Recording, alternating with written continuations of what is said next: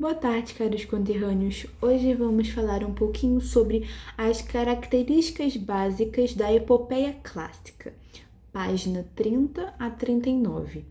É do livro As Formas do Épico, da epopeia sânscrita à telenovela.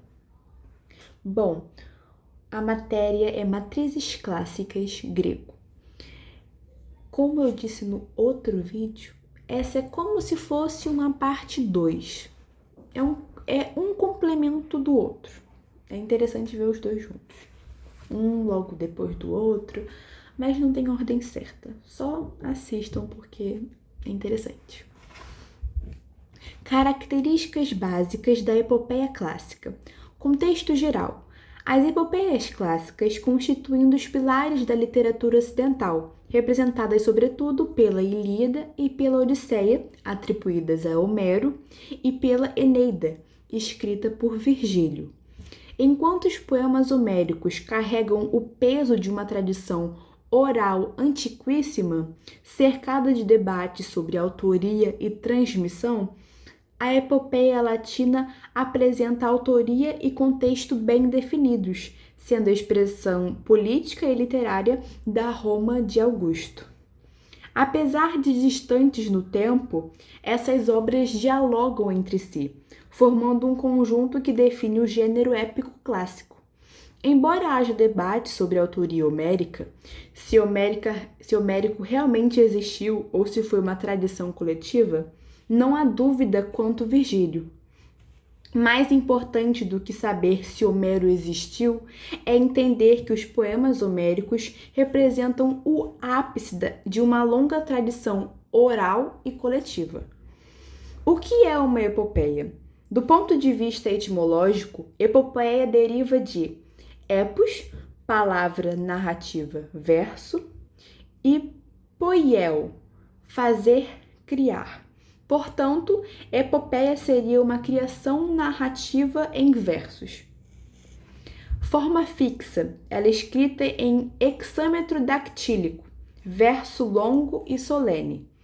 A epopeia não se reduz à sua métrica, trata-se de um gênero que tem como função fundamental presentificar o passado, transformando-o em tempo mítico. Assim, a Guerra de Troia, que pode ter um referente histórico na Idade do Bronze, é recontada como evento grandioso e sagrado explicado por mitos, como o julgamento de Paris. O tempo da epopeia não é apenas cronológico, mas um tempo eterno, aion, que transcende a história e se reatualiza em cada leitura ou recitação. A epopeia não apenas conta o passado, ela o transforma em um tempo arquetípico, sempre presente. Tempo e memória na epopeia. A epopeia não é mera história, ela funde mito e realidade. Exemplo, a Guerra de Troia é uma realidade histórica, só ganha sentido pleno quando é interpretada pelo mito, o julgamento de Paris. Esse passado não é cronológico, mas um tempo eterno, aion. Por isso, a epopeia é uma forma de presentificação do passado. Na epopeia, o tempo não é cronológico, é um tempo mítico, eterno, que se reatualiza a cada leitura ou recitação. Estrutura da epopeia clássica. A estrutura das epopeias segue um padrão. Primeiro, a proposição apresenta o tema. Exemplo, a cólera de Aquiles. Segundo, a invocação às musas, um pedido de inspiração. Terceiro, narração propriamente dita, a história em si dividida em episódios. A Ilíada, por exemplo, narra a ira de Aquiles com episódios que inserem outros heróis e deuses. A Odisseia divide-se em 3 blocos.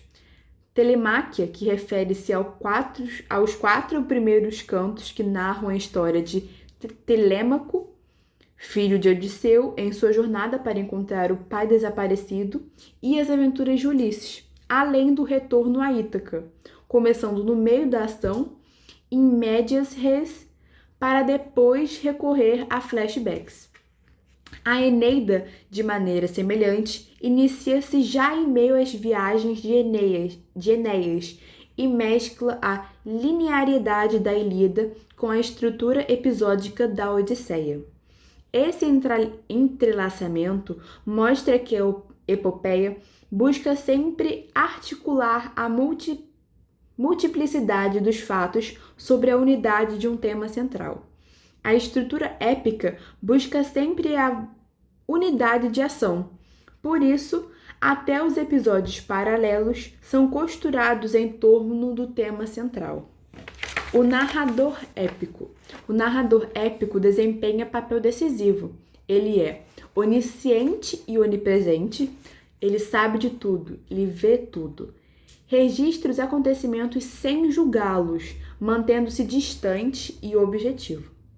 Sua autoridade deriva da inspiração das musas, que conferem ao poema um caráter sagrado. Predomina a terceira pessoa, reforçando justamente essa separação entre sujeito e objeto, narrador e narrativa, definindo a essência do estilo épico. Na epopeia, há uma clara separação entre sujeito e objeto. O narrador não é participante, mas mediador da tradição mítica. O herói épico. No centro da epopeia está o herói, geralmente aristocrata ou semideus, portador de areté, a excelência máxima. Aquiles, ele é o modelo da virtude guerreira, é o maior guerreiro da mitologia grega e protagonista da Ilíada. Ulisses, ele é a inteligência, a astúcia e a resistência. Ulisses também pode ser chamado de Odisseu, que é como os latinos, se eu não me engano, é o nome latino de Ulisses, é Odisseu. É meio confuso, mas enfim. Ele é o herói, é o protagonista da Odisseia. E o Enéas, exemplo de pietas. O que é pietas? Uma virtude romana de dever e reverência para com os deuses. Exemplo de pietas, que liga o herói ao dever religioso e político. Esses personagens, ainda que grandiosos, não agem sozinhos. Sua trajetória é atravessada por deuses e entidades sobrenaturais, dependendo da interferência divina, que tanto os auxiliam quanto os testam.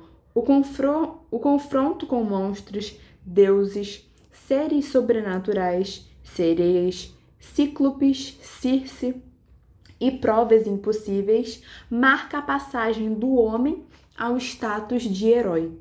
Ao lado deles surgem figuras secundárias que representam ora a caricatura grotesca, como Tércites na Ilíada, ora a dimensão do homem comum, como Euricleia e Eumeu na Odisseia.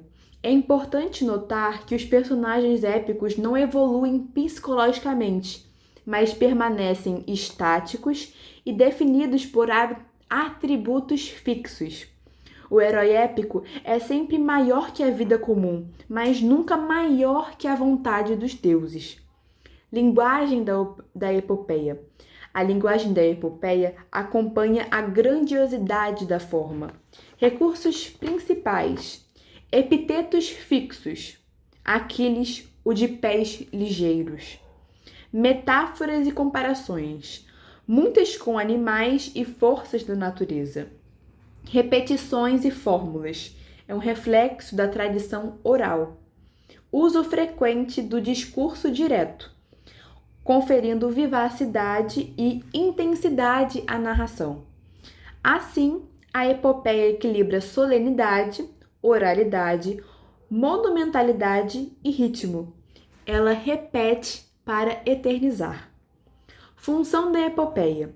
Mais do que literatura, a epopeia clássica cumpre a função de preservar a memória coletiva de um povo.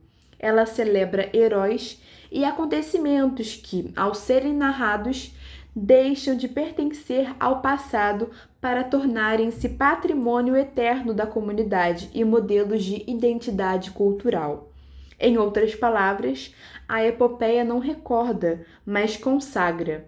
Ao narrar, cria um tempo arquétipico que garante a imortalidade dos feitos humanos.